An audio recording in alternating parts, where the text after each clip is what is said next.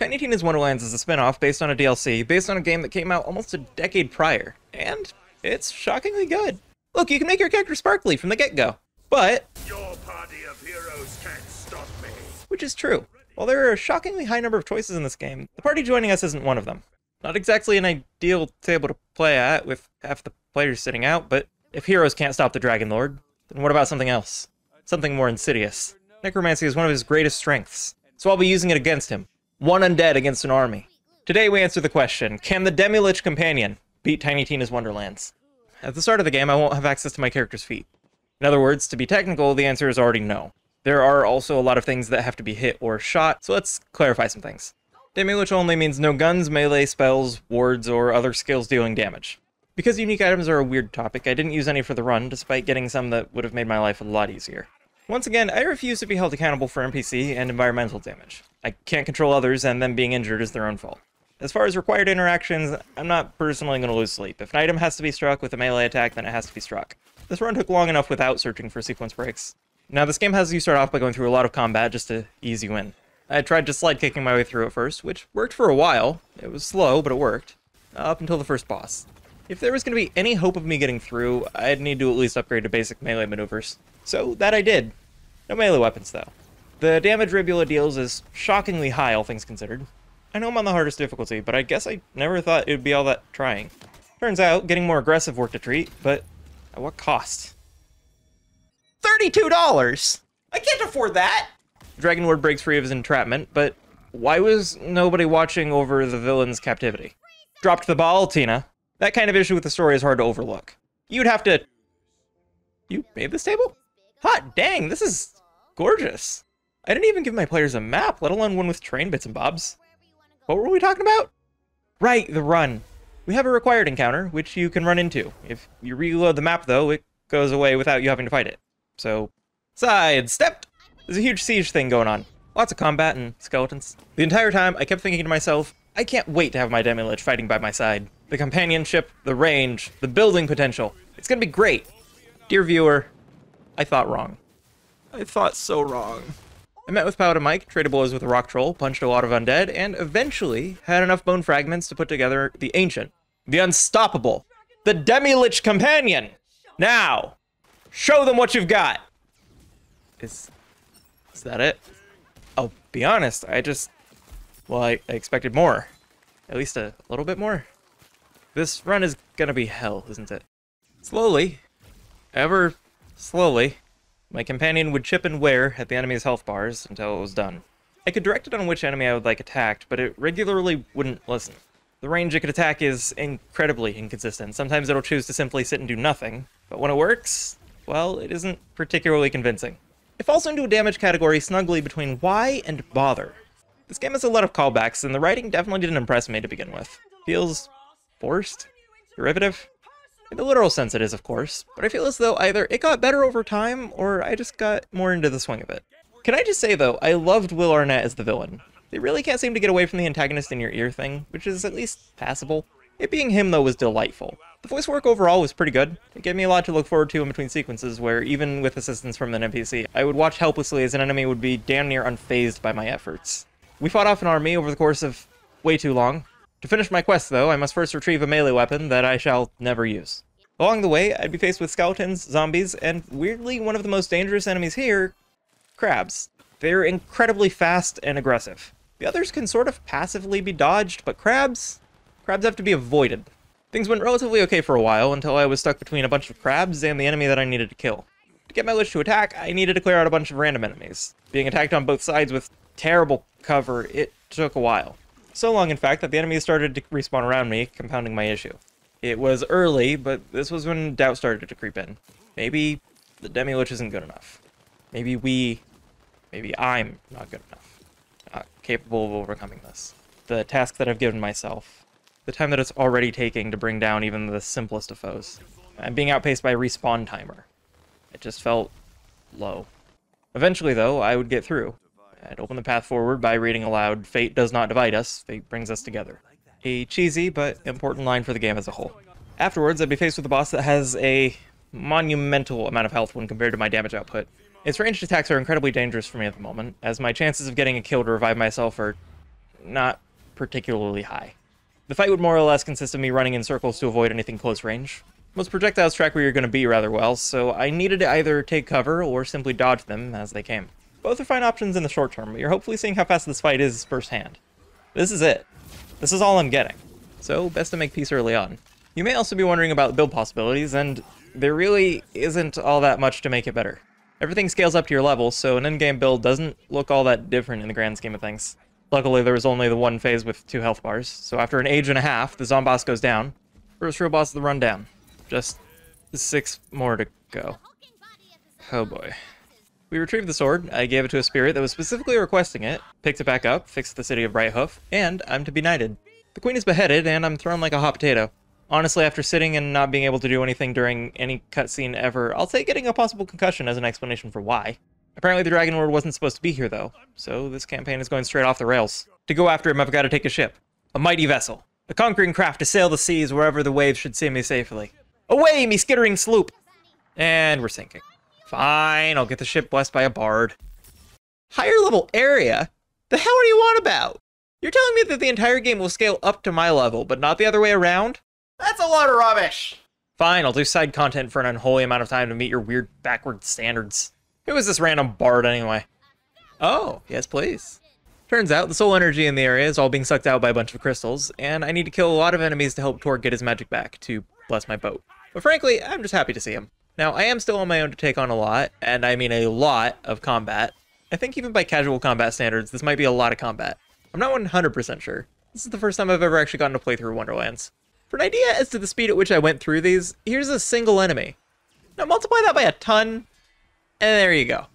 There are really only so many ways that I can explain that this does no damage. There are only so many words to describe how agonizingly slow this is. So for my sake and yours, I'm not going to be referencing every mandatory combat, but if you would be so kind as to imagine that each and every one went like a trip to the DMV. Slow, painful, claustrophobic, a weird smell in the air as you're pretty sure the people next to you haven't showered since '83. You have someone across the way giving you a nasty look, and you're doing your best not to return their gaze because you know they're staring, but the worst thing that you could do is give them the attention that they're digging for. You're not sure if you have the right papers or if you're going to be in the correct queue because the signage hasn't been updated since the Industrial Revolution, and you begin to question, is it worth it? Maybe I could just walk everywhere. It's half an hour to get anywhere by car, but why not just stay home? God, isn't home just better? Warm blankets and a feeling of relative security? Who even needs cars? Trains are way better conceptually. What were we talking about? Where am I? Who are you people? Right. Wonderlands. See, I'm not in love with how many callbacks come up. They don't really seem earned so far. Just strung in. Along my many mandatory fights, I met a skeleton seer. They have a shield that they can recover pretty constantly, and I can't physically deal enough damage to kill one. I reloaded the area a few times, changed the difficulty, changed it back, reloaded, so on. I eventually just got normal enemies. So with maybe questionable methods, I got through. Through to what? Big Banshee boss bash, of course. Where projectiles have next to no tracking, you can more or less just walk out of the way of them. They do a lot of damage, so the trick is just to not get hit. Skulls are obnoxious, but mostly harmless. They can be avoided by just keeping a close eye on the minimap. Then, when she changes phases, she gains a big zone attack. I honestly couldn't tell what was happening at first and died. On my next attempt, I found out that her second phase was her just doing a mediocre dance stage. Jump and duck and jump and duck and jump. She's mostly harmless as long as you can get into the middle to do your dodges, and get out to avoid her closer ranged attacks. The pattern changes later in the fight, but you can basically just watch where she's going. If she floats high, you go low. If she goes low...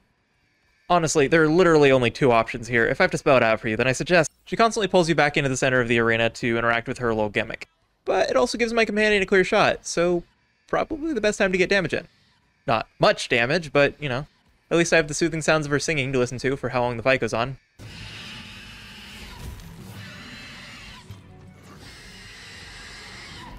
Oh, sirens. I was thinking of sirens. Ironic. She eventually falls, and next came time to finish restoring the magic. Manly weeping? Is there any other kind? Expressing your emotions in a healthy way can be both difficult and scary. The ability to do so is badass, and I will take no dissenting voices on the matter. We find Brick, and... Oh, hell yeah. God, I love this man. Given that Torg is referred to as a barbarian and not a skald, it's pretty easy to tell which legally distinct TTRPG they're parodying here. It's a good thing that nothing OG else was going on while I was playing this. Torg can't cast magic with the current party vibe. One player is here to murder Hobo under Raw, or rules as written. The other is here to seek power and glory in a fictional setting by rule of cool, also sometimes known as no rules. Not really compatible in most situations. This is why we have Session 0. Set expectations, reach understandings, make compromises, so on. But Torg is as Torg does. Through and through, bad ass. Interpersonal conflict resolution! Hell yeah! And, I would like to officially apologize for my previous comments regarding callbacks. It's glorious. It's so damn beautiful. I need a moment. I'm so happy to see him back in general, but if only for this one moment. For this one incredible moment. It's as if nothing else matters. Right, the rest of the run. It came time to choose my second class, and I went with Stabomancer. I feel like I had the most possible support for my, is this still considered a build? Next came time to traverse the exposed seafloor. Honestly, I prefer more serious tones for my games, but I can't deny that waterless seafloor makes for an incredible area for a setting.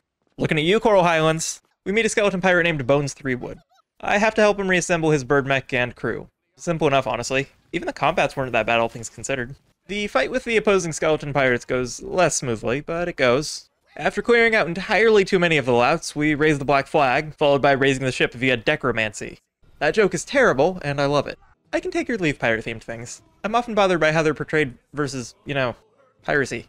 Steal things, kill people, the genuine occupation versus the glamorized version of them. It's weird how child-friendly they're portrayed to be, and calling a lot of modern-day characters pirates just isn't accurate. But I am an absolute sucker for sea shanties. Can't get enough of them. Even bad parodies like these are just my jam. I like a lot of different genres, but shanties are incredible. As you might imagine, car trips with me are a nightmare. Which is why we should avoid the DMV! Bones apparently screwed over him and his partner LeChance. Cursed them to walk the earth as little more than bones, under the guise of living forever.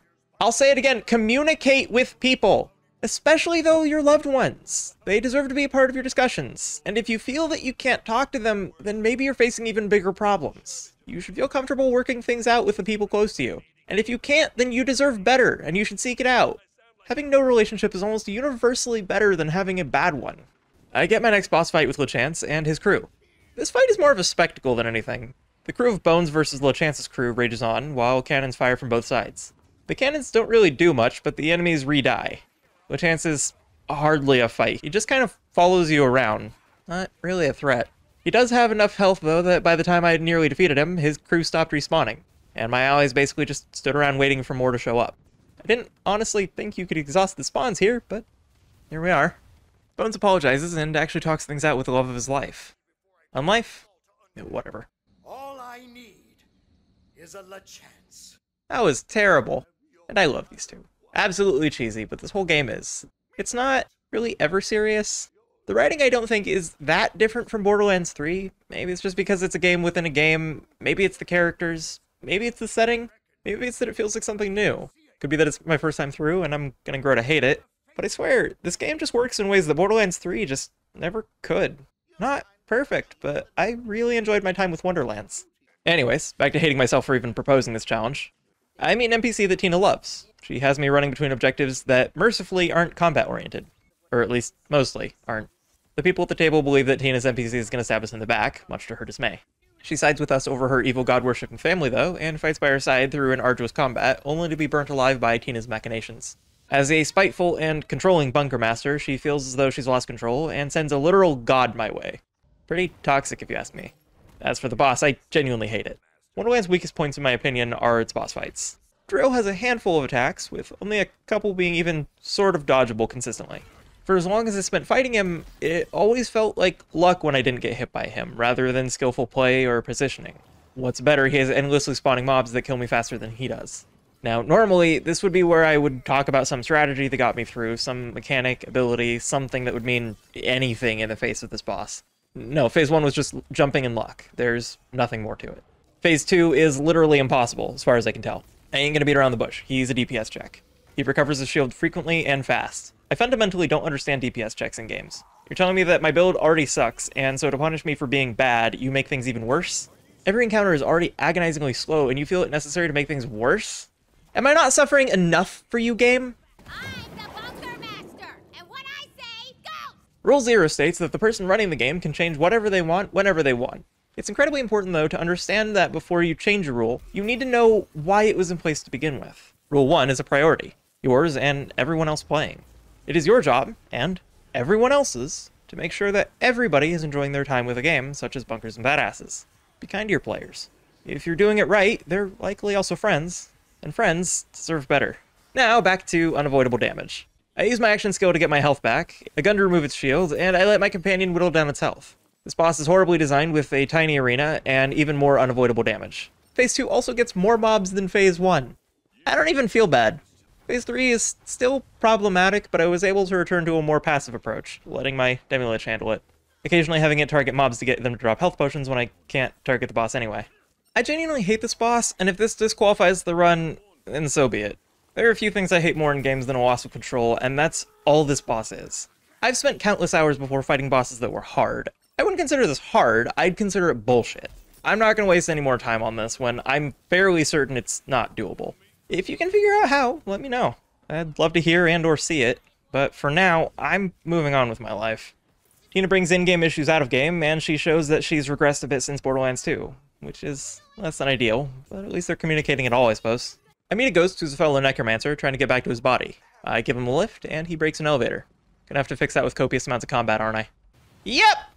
Now, I found some wyvern enemies that were also at the beginning of the game. I've been fighting skeletons and zombies the whole way, but wyverns are less common.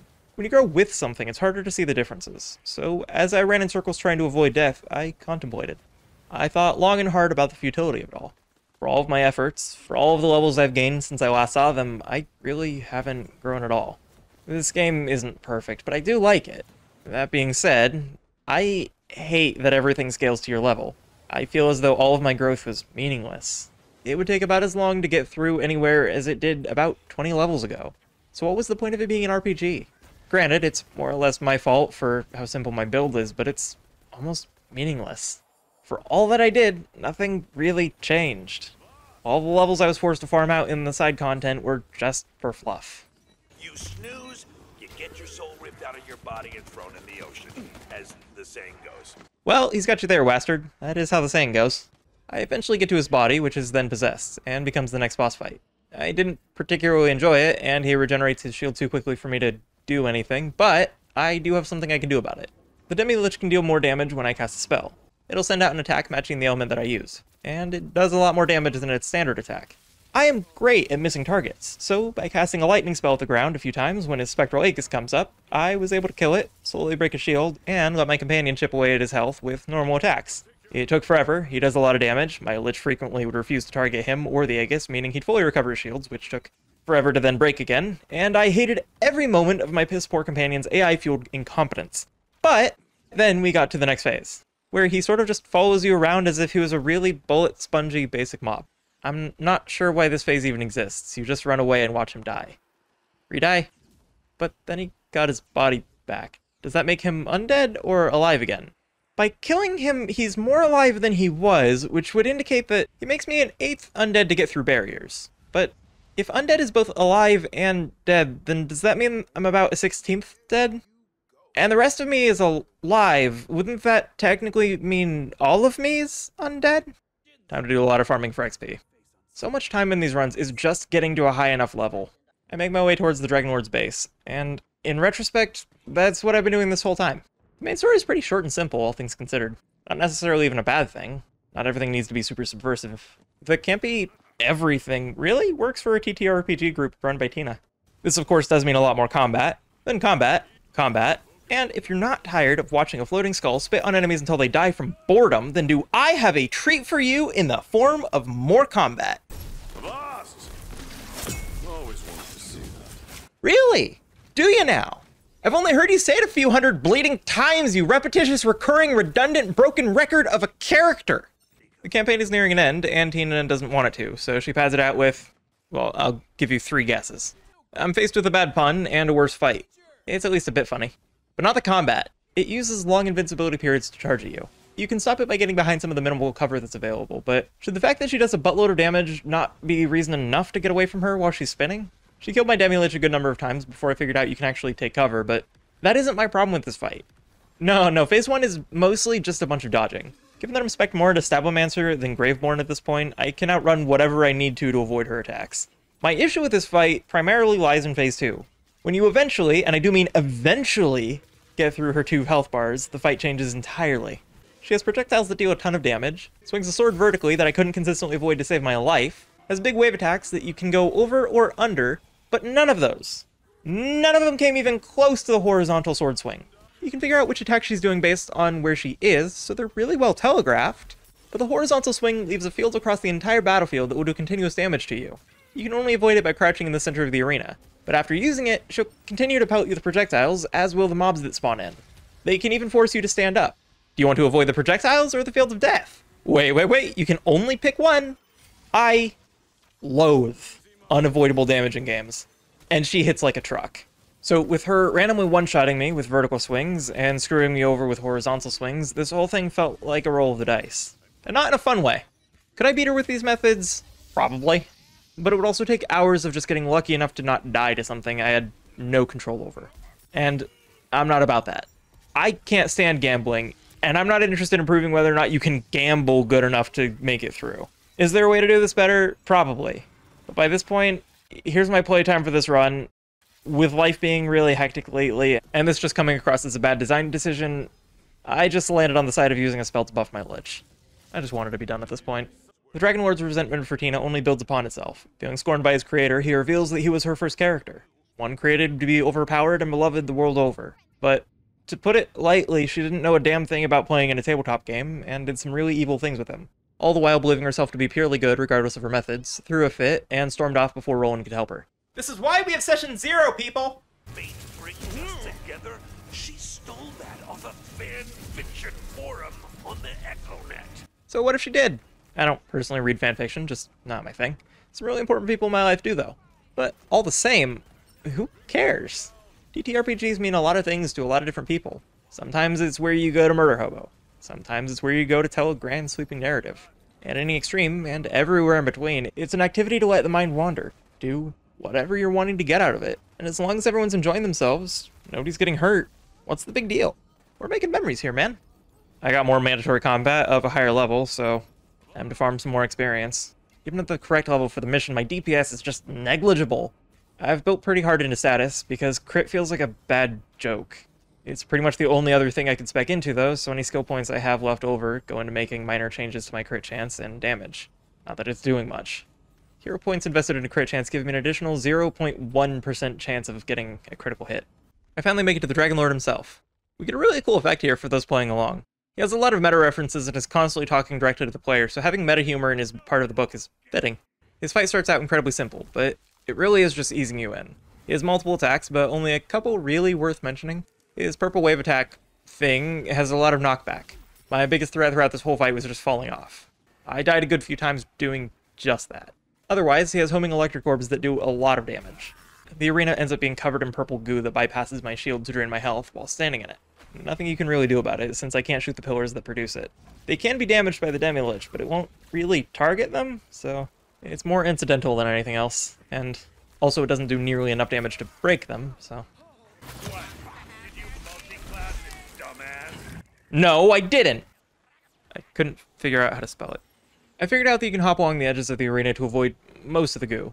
There are safe spots basically wherever you can see the floor clearly. The problem is then the purple waves that can and will knock you off.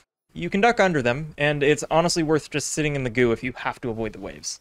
Generally speaking, the safe spots are far enough apart from one another that you can't quite get to them without taking some damage, but it's worth it to reposition, even if only to escape the skeletons.